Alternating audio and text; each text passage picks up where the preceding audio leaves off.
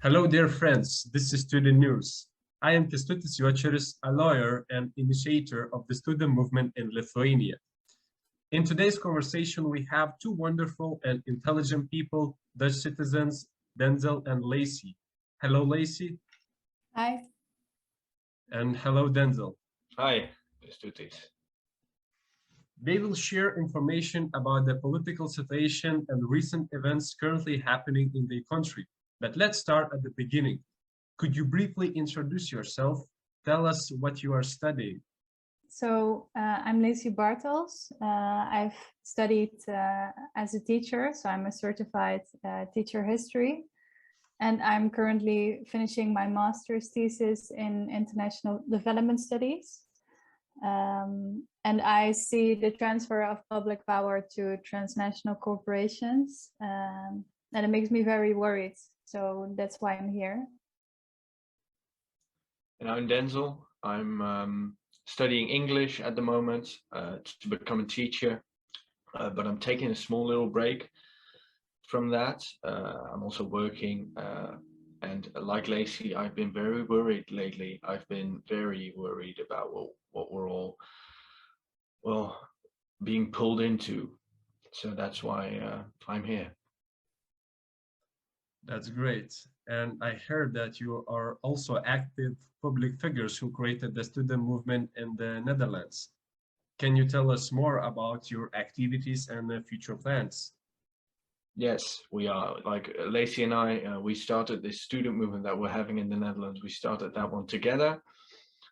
It's also become a youth movement, and we are now focusing on education, because we found out that most of the people joining either worked in education or wanted to work in education or were students themselves. And we started this movement in November of 2021, with everything going on with the virus and all the regulations and the green certificate looming over us, etc. So we felt that was really important to have a voice, which we weren't being given by our schools or our government, etc. We were actually being silenced because we were being critical, and we felt that young people needed to be heard. And that's why we started this movement. And ever since, we've been moving more closely to working on education. And we are trying to reinvent it here in the Netherlands. Yes, and we see how there has been a movement of creating alternative schools, right? And we just realized the movement is already here. The bottom-up movement of the people is already here, and we just need to find the ways to connect and strengthen that movement. Good that you are focusing on education, because it is one of the most important things. And now we can talk about today's topic. I heard that very important farmer protests going on in your country right now. Could you tell us more about these protests and why they started? To give a general overview of what's been happening in the Netherlands for the Dutch farmers, is that under the so-called nitrogen crisis, 11,000 farmers have to stop.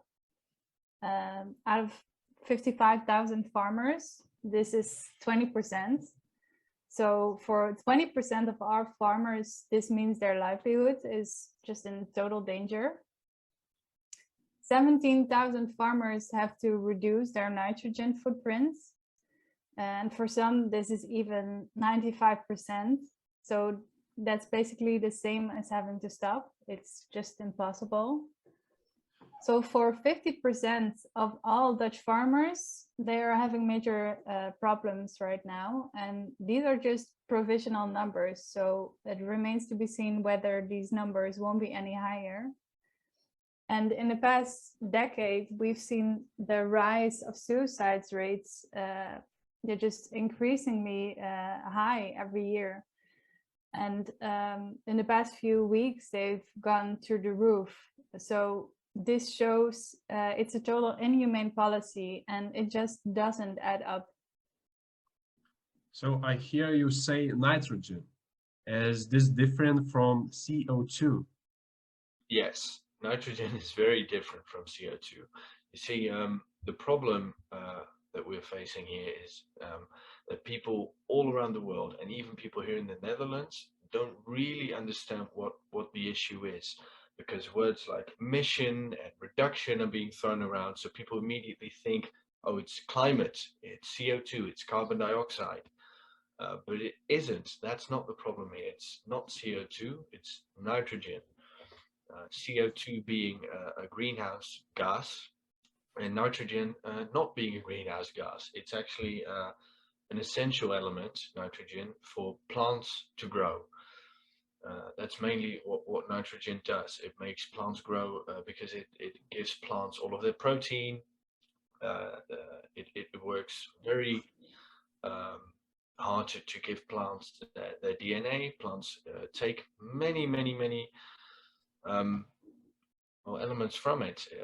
Ammonia is a big part of this. It's all important to photosynthesis.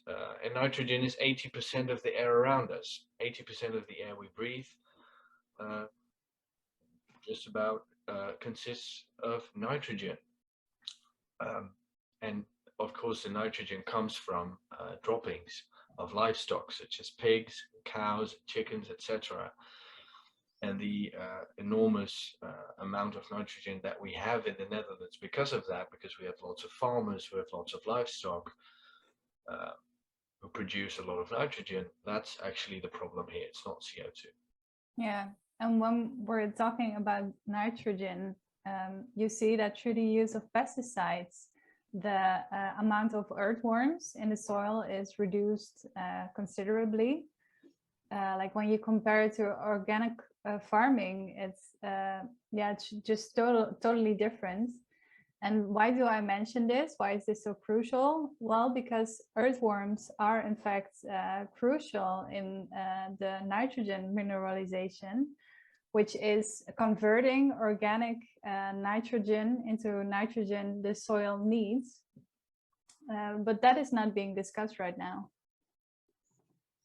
What's being discussed is very different from that, because it's you know, to understand why in the Netherlands this is considered a crisis and why the government is able to use the word crisis here is because of a few things, and the most important one of those is the Natura 2000 areas. Let's call them Nature 2000 areas.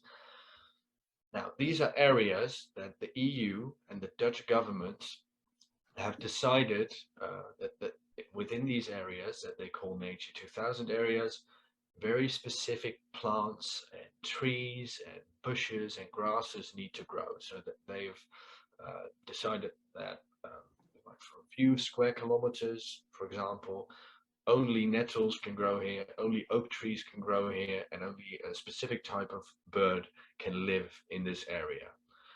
And they did that to protect biodiversity here in the EU. That's the deal they cut. Now what's happening, of course, is that all of the nitrogen that's being produced by the Dutch livestock makes plants grow that in these Nature 2000 areas that officially shouldn't be here. Like even if the plants that were decided to be protected and preserved in these Nature 2000 areas are completely unnatural in terms of what should grow in those areas, the government is still using this false reasoning to get these farmers out of the Netherlands. They're saying you have to cut down, you have to get away from the Netherlands, you have to stop farming here because the nitrogen is just, it's too much and we can't protect the biodiversity this way. And just to give an example of how this works out practically, you have Valma Koos, who has basically become a national hero for the farmers movement because he spoke to party chairman out of all his emotion, because his story actually is that he dreamt of becoming a farmer ever since he was a little boy. And he has become a farmer out of love for nature and love for animals. And he has made these natural areas surrounding his farm, these Natura 2000, he actually contributes to these. But because he has done so, he has to reduce his nitrogen footprint for 95%. So it just doesn't make sense. And even more so, and this is more a technical point, but if you look at biodiversity, out of 55,000 farms, only 2,000 farms are producing ecologically. And why do I bring this up? Why is this so significant? Well, because a large share of this ecological production is actually being imported. So instead, in the Netherlands, there are monocultures grown, maize, perennial ryegrass for animals. And this is understandable because ecological production is not being promoted. It has to be certified. It's very hard to get subsidies or get loans. So if biodiversity or sustainability really would be the issue, the policy would be to promote it and to promote agricultural ecological production and to be able to buy it locally. So I would say it is a deliberate political choice not to go in this direction and instead to buy farmers out. So what would you say is then the outcome of this policy? Yeah, this is a very good question. And we've been asking ourselves this question as well. Because yeah, if you draw the line further into the future and you look at the actual consequences and you look at statements and articles around the intentions of the policy, some things do really stand out, of which one is that our Minister of Finance, Sigrid Kaag, she recently made a statement. It's a quote, so I will read the quote. While the high waves of geopolitics roll in on us, it is important to stay on course. This requires clear choices from politicians, for which politicians must create support. Just think of the major changes in agriculture that now have to take place to protect nature, offer perspectives to farmers, and to be able to build houses again for all those people who cannot find a home. So as we've seen, it's not about nature. It's not about offering a perspective to farmers. Then what is it about? Is it about covering up yet another crisis, the housing crisis?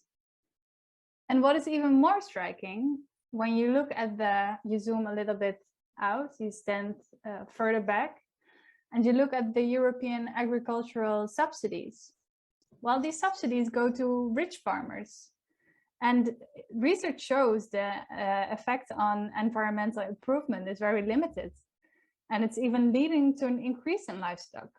So what this policy will lead to is what we're seeing worldwide, the big guy eating the little guy. And it will actually be a farmland land grab. Instead of small-scale farmers that are farming out of love for nature and animals and love for their generational history and their cultural traditions, the ones left will be the heavily industrialized ones. This will be the farms that will soon be automated, digitalized, surveillance of crops, livestock. So it's placing machines over humans. This will become the norm. And then you look at our Prime Minister, Mark Rutte, at the World Economic Forum panel in May. He actually says that it's about creating innovative food hubs. Well, we know what he means by this. It's really interesting. It's really good that you share this type of information, because we are living now in the global world, and it's a matter of time, for example, then that these process gonna start in our country. I want to ask you, could you tell us more about the protests? Maybe you have, you know, how many people participate in this. Maybe you have and know symbols that they use in these protests. It would be interesting to hear. Yeah, so the protests here in the Netherlands are pretty severe, pretty harsh. The Dutch farmers are really angry with good reason, because they're being, you know, their land, their livelihoods, their entire history, everything they've ever done for generations is being taken away from them because of this nitrogen story. You know, that's what the government has come up with to get rid of these farmers, and they're not having it. So they have been blocking roads. That's one of the main things they've been doing, actually, blocking highways, putting manure and all those sorts of things, using their tractors to shut off important intersections, etc. They went to the mainstream media offices here in the Netherlands, in the city of Hilversum, and they tried to block those from telling the wrong story. They've also stopped delivering food to supermarkets, which they've started doing again because the media is turning public opinion against them. So there's been a lot of things going on. And slowly but surely, Dutch people are realizing, all right, so this is not going away. These farmers might actually have a point. We are being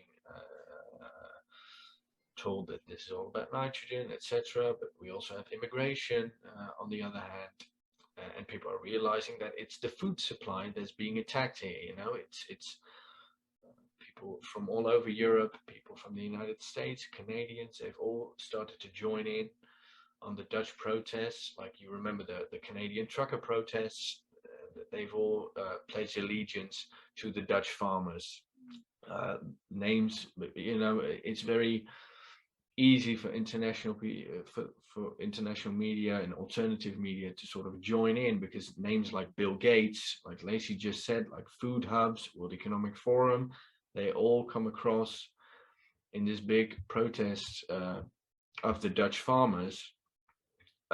And that, like, the Dutch farmers have been doing all of these types of things. Meanwhile, the government has been reacting rather extremely at some points. There was a couple of weeks ago, I guess maybe a month now, there was a blockade of all these tractors that were blocking a highway in the middle of the night, and a young boy farmer riding his tractor, 16 years old, was shot at by a police officer twice. He wasn't hit, luckily, but he did spend a night in jail because he was being, well, a protester, and you can't be a protester at the moment here in the Netherlands. It's not allowed. But stories like these, so that little boy protesting against the government, against the expropriation, losing the food supply here in the Netherlands, realizing that the government is taking up all this land, that has really woken people up a little bit here in the Netherlands. And the main thing you see around here is this thing right here, and that's a farmer's handkerchief. It's really the symbol of the Dutch farmers. They've been wearing these for generations on end. Like, when you see someone in the Netherlands with this thing on, you can be pretty sure that it's a farmer. And now the Dutch population has taken to wearing these as well. Like, you see them on cars, you see them outside of windows of shops, of houses, you see them on bicycles. I have my own, like, this one is always on my bicycle when I ride around, just to show support for the Dutch farmers. And also the Dutch flag, which is being turned upside down by many people here in the Netherlands. It's sort of a cry for help. It means the Netherlands is you know, we're having an emergency. So people are really protesting pretty harshly, and they're not letting go. It's not stopping, which is a good thing. This protest really inspires, and we can really learn from you. And I want to ask you one last question. What would you want to say to the people at home? Yes, I would really want to ask people at home to look at where this type of farming has led us thus far. And if they really would want to blame the farmer, It's their livelihoods that are in danger. Wouldn't you do the same? And what has specifically the industry done to nature the past decades? It's not about farmers. It's about what's been happening worldwide.